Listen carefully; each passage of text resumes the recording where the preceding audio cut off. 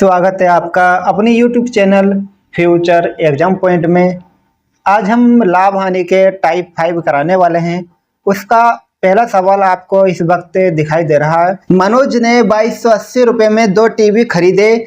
उसने एक को 20% की हानि पर और दूसरे को 10% के लाभ पर बेचा। यदि प्रत्येक टीवी को समान मूल्य पर बेचा जाता तो उस टीवी का क्रय मूल्य क्या है जिसे हानि पर बेचा गया था। ये सवाल है। इसको करते हैं। क्या तरीका है करने का उसको समझेंगे बारीक से, स्टेप बाय स्टेप। इस लाइन को अभी छोड़ देते हैं कि 2280 रुपये में 2 टीवी खरीदे। बस इसको ध्यान रखना है कि 2 टीवी उसने खरीदे हैं 2280 रुपये में। उसके बाद उसने एक को 20% की हानि पर 2 टीवी हमारे पास। पहले को हमने कर दिया फर्स्ट 20% की हानि पर। अब बताओ 20% का जो रेशो होता है, अनुपात होता है, वो कैसे लिखते हैं 20% को। तो देखो भाई 20% को लिखेंगे 20/100। परसेंटेज का हटाया निशान और बटे में 100 लगाया और 20 एकन 20 और 20 पंजे 100, यानी हम लिखेंगे 1/5। सही है ना। नीचे वाला क्रय मूल्य होता है, ऊपर वाला लाभ और हानि होता है। तो पहले सवाल में क्या बोला था, हानि। तो भाई देखो 5 रुपए की चीज है। कितने रुपए की चीज है? 5 रुपए की चीज है। और हानि कितने रुपए की हो गई? 1 रुपए की हानि हो गई। तो इसका मतलब बेचा कितने का होगा? 4 रुपए का बेचा होगा। ये वाले जो चीजें हम इधर को लिखेंगे वो हमारे क्रय मूल्य होंगे, सीपी होगा। और इधर को जो लिखेंगे वो विक्रय मूल्य होगा, जिसको हम एसपी कहते हैं। दूसरी लाइन पढ़ो। दूसरे को 10% के लाभ पर बेचा। दूसरे वाले को 10% के लाभ। दूसरे वाले को हम लिखेंगे 10% को 10/100। 10 एकन 10 और 10 ढाई 100, यानी जो इसकी फ्रैक्शन आ गई वो 1/10 आ चुकी है। इसके बाद दूसरे वाले को क्या करा? दूसरे वाले पर लाभ हुआ है, यानी 10 की चीज 1 रुपए का फायदा, 10 रुपए की चीज और 1 रुपए का लाभ। कितने का बेचा होगा? 11 रुपए का। तो दूसरी वस्तु हमने 10 रुपए की खरीदी है और 1 रुपए का हमने लाभ लिया है। तो कितने रुपए का बेचा होगा हमने? 11 रुपए का हमने इसको बेचा होगा। उसके बाद बोला है, सबसे पहले अब आ जाओ सबसे स्टार्टिंग में, नहीं स्टार्टिंग में नहीं, ऐसे पढ़ो। यदि प्रत्येक टीवी को समान मूल्य पर बेचा जाता है, समान मूल्य पर बेचा जाता है, यानी जो बेचने का रेट है वो दोनों का एक जैसी है। अब बताओ पहले टीवी को 4 रुपए में बेचा है, 5 रुपए का खरीदा था, 4 को बेचा है। दूसरी टीवी को 10 रुपए में खरीदा है, 11 में बेचा है। बताओ समान कैसे हो गया? ये समान है कहीं? नहीं है ना। इसको समान करो पहले। अब देखो समान कैसे करते हैं, समझो। इसमें 11 से गुणा कर देंगे। जब हमने इधर 11 से गुणा करिए तो भाई 11 से गुणा इधर भी करोगे।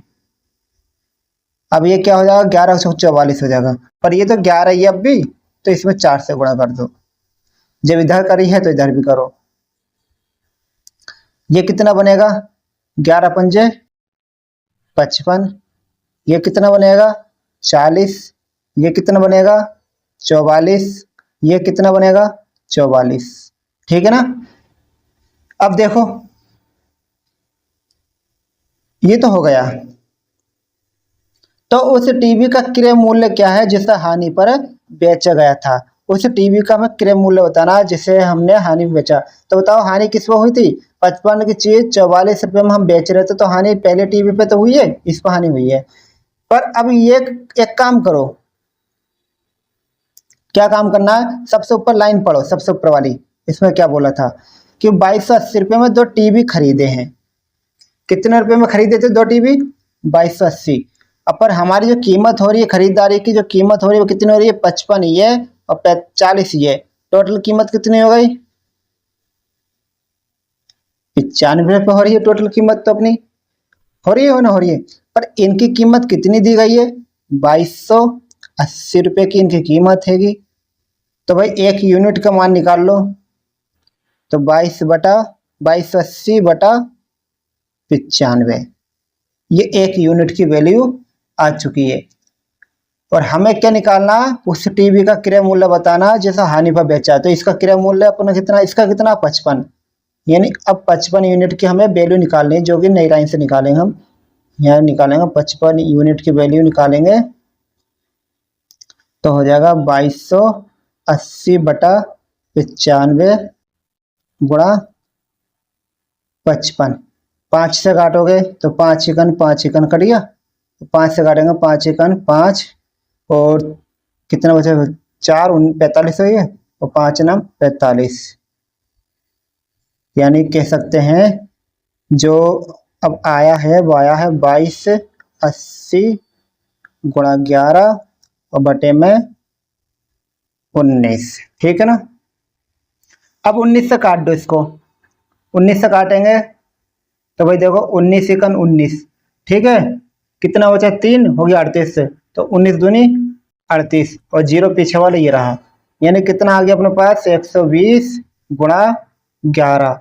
अब 11 से गुणा करोगे 12 120 के अंदर, तो भाई देखो 11 दूनी 22 हासिल 2, 11 एकन 11 और 11 और 2 13 और पीछे वाला 0 ये रहा।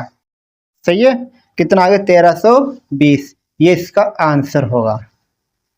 अब करते हैं अगला सवाल। दूसरा सवाल देखते हैं। एक दुकानदार ने 2 वस्तुएं खरीदी हैं, न खरीदनी बेची हैं। एक दुकानदार ने 2 वस्तुएं बेची। पहली वस्तु का विक्रय मूल्य दूसरी वस्तु के क्रय मूल्य के बराबर है। उसने पहली वस्तु 25% लाभ पर बेची। तो भाई 25% का फ्रैक्शन निकाल लो, तो 25 बटा क्या हो जाएगा 100 हो जाएगा, हो जाएगा। तो 25 कन 25, 25 चौके 100, कितना आ गया 1/4, यानी जो पहली वस्तु है हमारी वो कितने रुपए की खरीदी गई होगी, 4 रुपए की खरीदी गई होगी। सी पी यहाँ लिख दिया मैंने और एस पी लिख दिया मैंने यहाँ पर। 4 रुपए की वस्तु खरीदी और देखो लाभ बोला ना, 1 रुपए का फायदा लाभ लिया हमने और 5 रुपए की हमने उसको बेच दी होगी, ये इसकी बात हो गई। दूसरी बात क्या बोले इसने कि 12% की हानि पर, दूसरी वस्तु 12% की हानि पर, तो 12% की फ्रैक्शन निकाल लो जल्दी से। तो 12% की फ्रैक्शन निकालेंगे, 2 छक्के 12 और 2 पंजे 10 और 2 तिया 6 और 2 से काटेंगे 25 बार, यानी 25 रुपए की चीज सही 3 रुपए की हानि, तो कितनी की बेची होगी, 3 रुपए की हानि करेंगे तो क्या 22 रुपए की बेची होगी हमने दूसरी वस्तु। ठीक है, ये हो गया। अब एक बात समझो ध्यान से, इसने क्या बोला, पहली वस्तु का विक्रय मूल्य, पहली वस्तु का विक्रय मूल्य दूसरी वस्तु के क्रय मूल्य के बराबर है, दूसरी वस्तु का क्रय मूल्य के बराबर है, यानी ये दोनों आपस में बराबर हैं। अब ये बराबर का, ये 25 है ये 5 है, तो इसको 5 गुना कर दो तब तक 25 बनेगा। जब 5 से गुणा इधर तो गुणा इधर भी करो, तो ये कितना हो गया, इधर वाला 20 हो गया और इधर वाला 25 हो गया। अब दोनों हो गई बात क्लियर कि पहली वस्तु का विक्रय दूसरी वस्तु का क्रय बराबर हो गया। अब क्या बोला है, दूसरी वस्तु, ये भी हो गया। कुल लाभ या हानि प्रतिशत क्या होगा, कुल लाभ हानि या हानि, बताओ लाभ होगा या हानि होगी।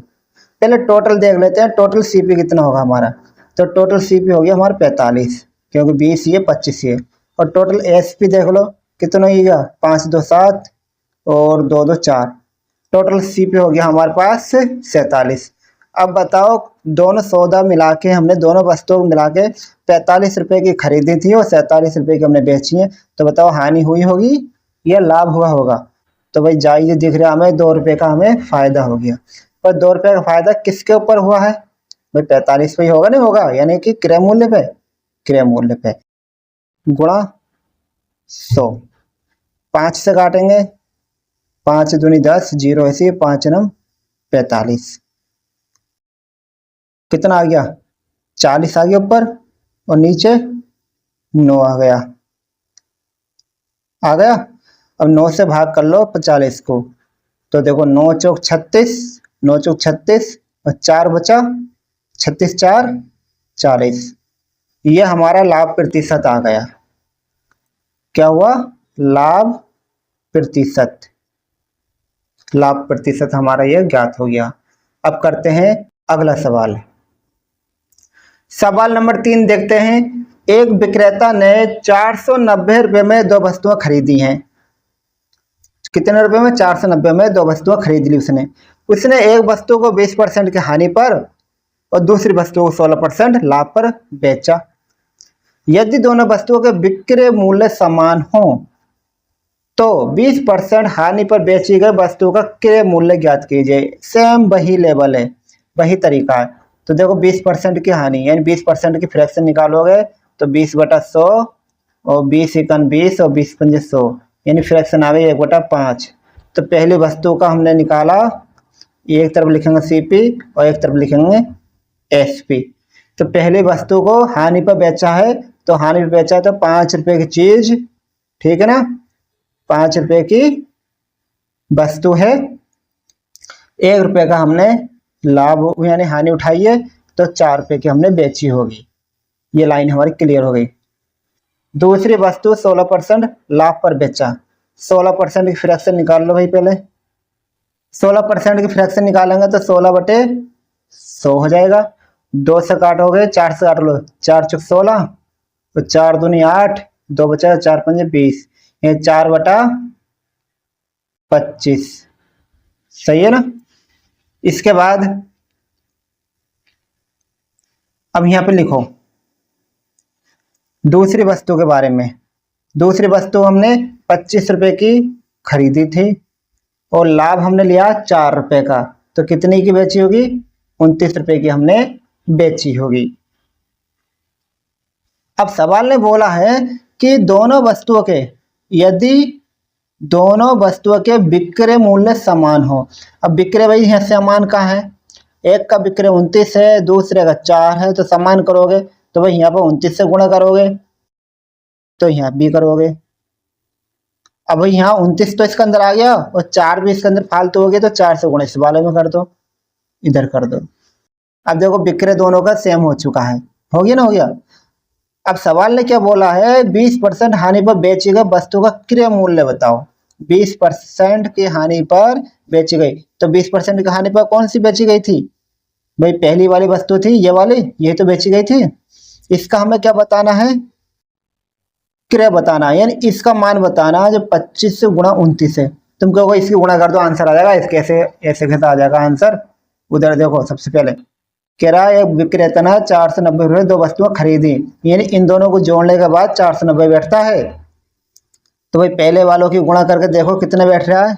देखो 5 9 45 हासिल 4, 5 2 10, 10 और 4 14, यानी ये 145 हो रहा है। इन दोनों की गुणा करो तो 25 चौके 100, 145 और 100 मिलाएंगे तो होगा 245। हमारे हिसाब से 245 बैठ रहा है, लेकिन सवाल में कितना दिया है? 490, यानी 245 दूनी 490, यानी 1 यूनिट का मान 2। सही है, 1 यूनिट का मान 2। अब देखो, अब निकालेंगे मान। हमसे 145 यूनिट का मान पूछा है, तो 145 यूनिट का मान क्या बनेगा? कैसा बनेगा भाई बताओ जरा। 2 से इसके अंदर क्या कर दोगे? गुणा कर दोगे, क्योंकि 1 यूनिट का मान 2 है, तो 145 गुणा 2 हो जाएगा, तो ये हो जाएगा 290। 290 इसका सवाल का करेक्ट आंसर हो जाएगा। इस तरीके से ये क्लास हमारी आज की कंप्लीट हुई। मिलते हैं कल को नई क्लास के साथ, ठीक है।